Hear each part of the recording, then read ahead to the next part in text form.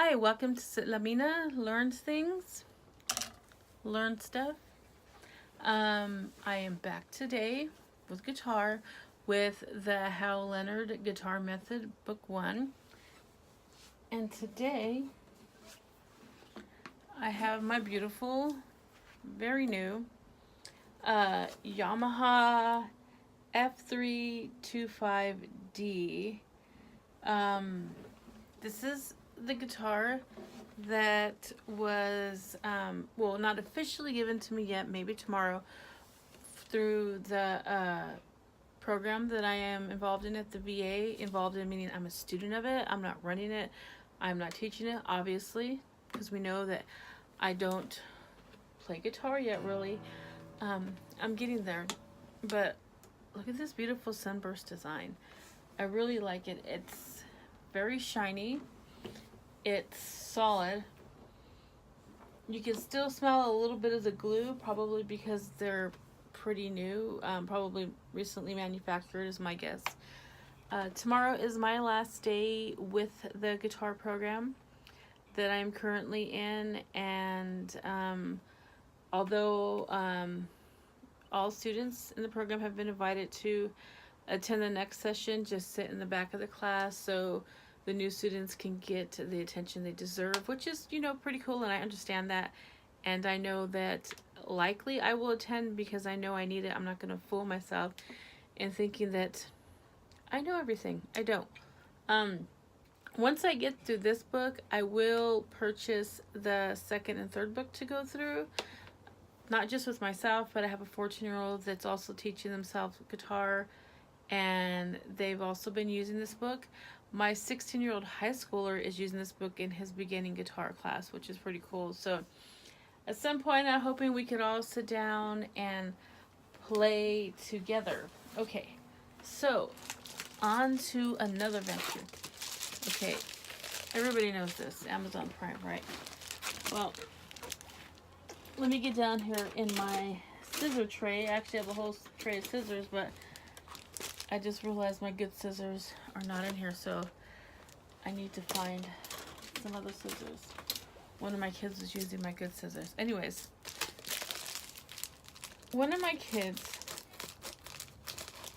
got my 12-year-old got a mandolin for Christmas and had been waiting for somebody to teach him, and it just didn't pan out for one reason or another. So I spoke with my son and I asked him, hey, I actually said, hey, I don't know how to play mandolin, but if I was to learn with you and we were to try to learn together, would you be interested in that? And I wanted to ask before I went out and bought a mandolin and assumed that, this kid's going to want to sit here with his mom when he could be doing things on his home and actually on his own.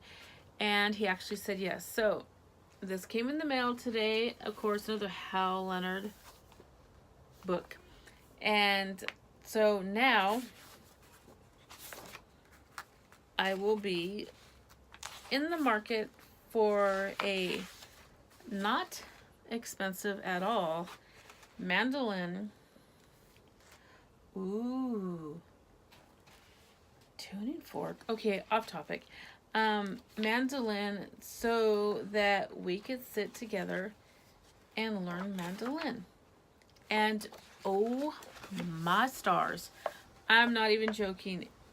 The one song, actually, didn't want to learn it on mandolin, I'm lying, but I know it sounds good on mandolin. I wanted to learn on dulcimer. I used to have a dulcimer, and I had started learning the song, and my dulcimer, it cracked and broke, and I really don't remember even how it happened. It was so long ago. But my favorite song in the world, okay, maybe not my favorite song in the world, but one of my most favorite songs in the world is Wayfaring Stranger. And I've always wanted to learn to play it. And maybe I'll learn to play it on my guitar. I don't know. But it's in book 1. So we will be learning that. And there's a kitty cat that just came in here. Hi, kitty cat. Meow. In case you wanted to learn something else, I have a kitty cat. Her name is Meow. And she might be making a special appearance here and there. Say hi, kitty cat. Speaking of kitty cat, kitty cat was learning to play ukulele. One of the tuners broke, and we just got this ukulele for them not too long ago. I ordered the replacement on Amazon. The brand is Hola. It's a good beginner kids ukulele from what I was reading, and I guess we will find out when the next one comes. It's definitely out of tune, and could not get it to stay in tune, and one of the tuners just wasn't working at all. Oh, what is that? A penny for your thoughts. Do you have any thoughts, kitty cat? Meow. Okay, so I will be learning mandolin with my 12-year-old. In the next few videos, I may have the kitty cat and one of my other kids join me for ukulele. My 10-year-old actually plays ukulele way better than me. I am not jealous, totally excited, self-taught. Also got some Howliner books, but I'll be showing you guys that then when we get to that. So, do you want to learn to play guitar as well? I don't know, kitty cat. Let's see. Well, on the guitar, let me lower this so that you can see more of the guitar. Let's get that. Otherwise, I'll just be all nose. Okay. And this guitar is tuned. This guitar has no name yet. I need to pick out a name. Meow's not going to be the name. That's E. Bob. Bob who? Bob the guitar. Bob the guitar. I'll consider it. So, that's E. We all know that's the first string. So, right now I'm on 3rd string, which is G, G. And instead of 1st and 3rd string, instead of 1st and 3rd fret, it is 2nd fret, and it's A. So it's G, A, G, A, G, A, G, A, G, A, G, A, G, A, G, A, G, A. I like that A sound. Do it one more time. G, A. So then we're going to go G, A, B, C, D, E, whoops, E, F, G, G, F, E. Do I have it right there? Yep. D, what? Okay, 1, 2. Obviously, I need some more practice on this guitar. Okay. D, C, B, and then 2nd finger, 2nd fret, A. I'm way off.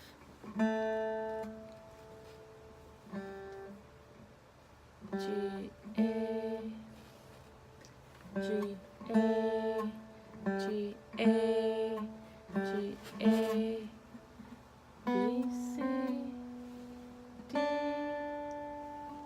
E, F, G. That's more like it. G, F, F, E, D, C, B, A, G. So I need to practice that some more. I do know sometimes for me switching from guitar to guitar, I have to redo it. Tanny, that's not tuned right now, okay? But you can start them. That is one of my ukuleles. We'll get into that later. So let's try this again, the 3rd string. 1, 2, 3. G, A, whoops, G, A, G, A, G, A, G, A. Okay,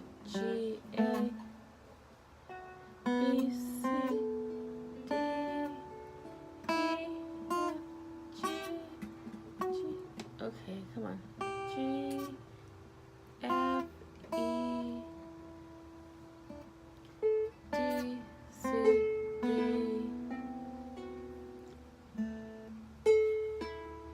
A, G, G, A, B, C, D, E, F, G, G, F, E, D, C, B, A, G. So I'm kind of getting it. I know it's not perfect. Let's see what we got over here. Teddy, are willing you just stop doing that right now, please? We can play in a little bit, okay? Meow, kitty, kitty.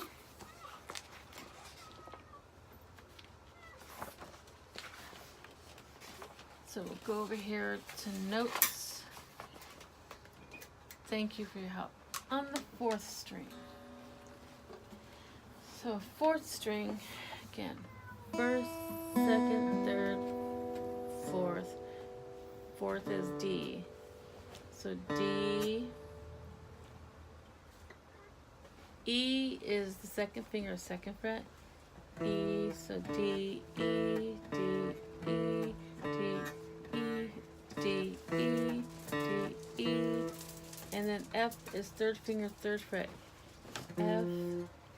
So F, F, hold on, F, E, D, D, E, F, F, E, D, D, E, F, F, E, D, D, whoops, D, E, F, F, E, D. So what they have you do is D, okay, 1, 2, 3, 4, and then 1, 2, 3, 4, 1, 2, 3, 4, 1, 2, 3, 4, 1, 2, 3, 4, 1, 2, 3, 4. Let's try this again. This is one of the practices they have in here. It is on page 15 and it is practice number 28. So it goes E, 2, 3, 4, E, 2, 3, 4, F, 2, 3, 4, E, 2, 3, 4, and then it's D, E, F, E, D. I like that practice. D, E, F, D, whoops. D, E, up, D, E, F, E, D, D, E, F, D, E. I still have a lot of buzzing. It's okay. I've not really practiced these yet. Kind of gone over them a little bit, but not spent any time on it, which is something that I need to do. I didn't really practice. I didn't practice anything yesterday. I took Sunday off from studying and all that and just kind of relax and wound because I was just so tired on Saturday. I had a lot going on, but that's okay. I am being mindful and I'm putting it in. My things to do is to make sure that I put aside at least 20 minutes a day to practice, and this is where I'll start and spend more time on this. So D, E, F, F, E, D, D, E, F, F, E, D, D, E, F, F, E, D. So let's go on. to what they have for the playing the chords. Oh yeah. Let's try this. A C chord, which would be first finger, second string, first fret, 2, 3, and I need to really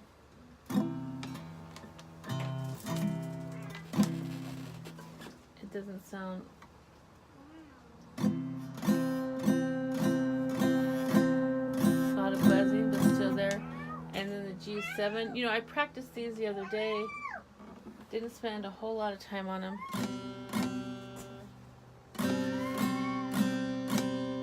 Ryan Gosling, what are you doing? And then, so let's see. And then let me something there. As you can tell, it's really never a dull moment here. I did not expect to get through one video without having a child come in and joining me, and this so far would be the 4th video, and I got a child, right? Meow.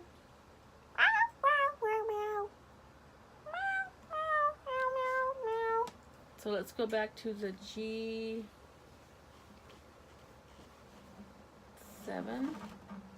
I was told it's all about how you hold your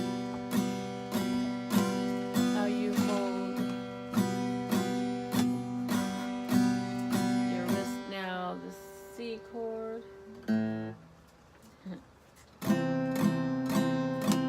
And for this, it's showing that you don't even hit the top string.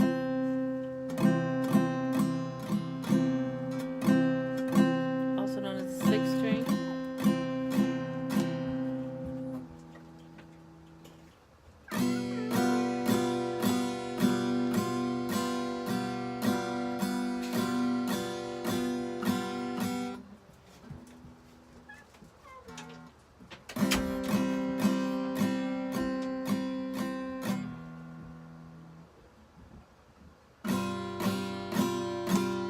Obviously, it's going to take me a little while to learn to switch chord to chord, with a little less effort.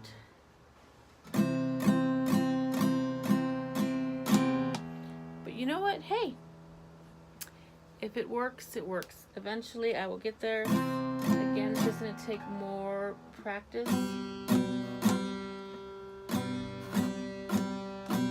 on my time. Oops.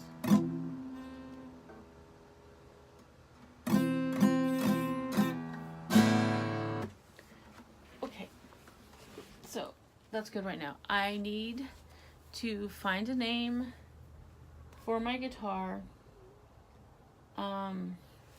Maybe I'll spend more time with this guitar if I do it that way.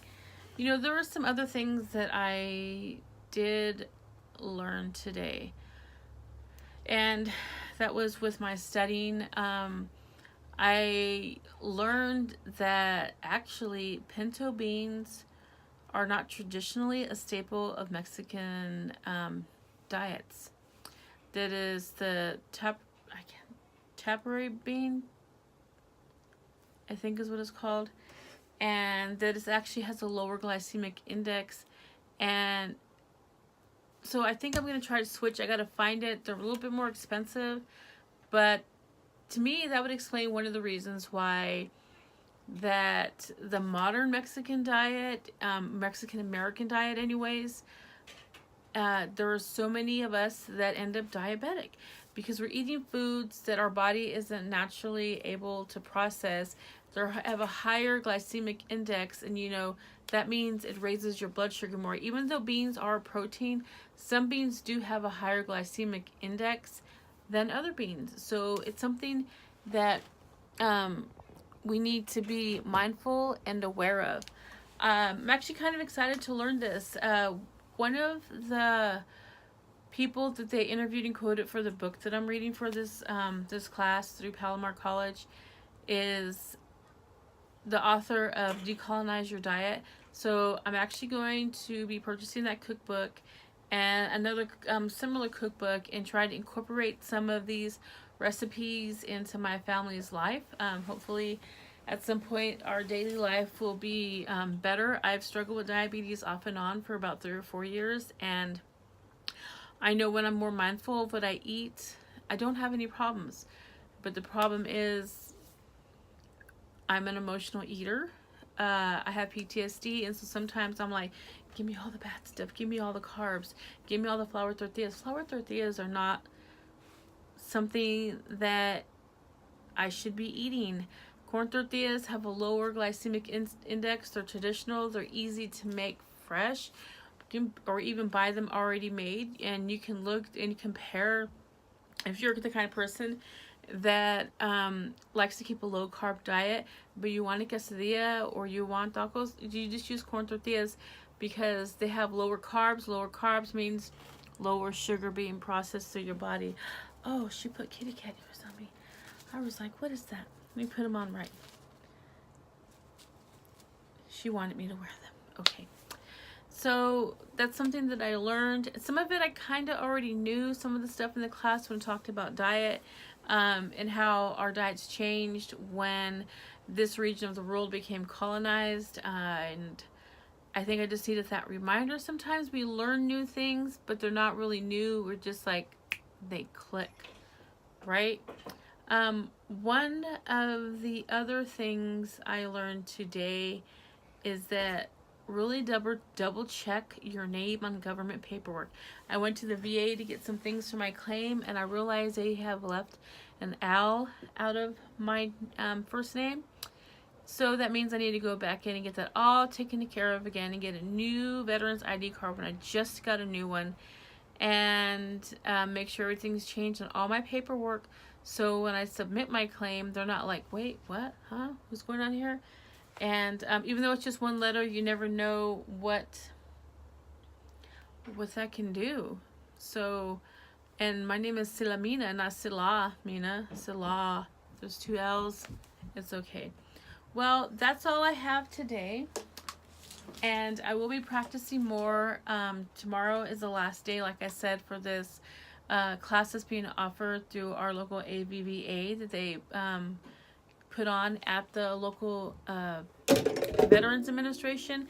And I suggest anybody that's out there that's a veteran or a dependent or a spouse of a veteran or a friend of a veteran that you know is struggling with PTSD, or you think they might be struggling with PTSD, not everybody will admit that they're having these problems.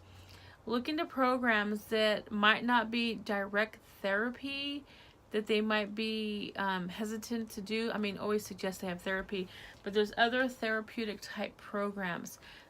All VAs have so many different things going on. There's guitars for vets, there's art programs, there's some places have horse riding programs, and also if you know somebody that's really struggling and they don't quite qualify for psychiatric inpatient programs, your local VA can refer you, if your local VA doesn't have it, to a PTSD residential program. If your local VA doesn't have it, look to see which ones are offered, are near you, or ones that just have an opening. Call around, get that info. My understanding is one of the best ones in the country is at American Lakes, which is near the Seattle-Tacoma area in Washington. You don't have to live in that state. You don't have to be affiliated with that VA to go to these programs. Find what works for you. Help the people in your life. Don't force them. You can kindly suggest, but don't force them. But just remember, we all struggle a little bit differently, and there's no right or wrong way to get through your PTSD, but just know there's always help out there. Thank you. Goodbye. This is Citlalmina from Citlalmina Learn Stuff.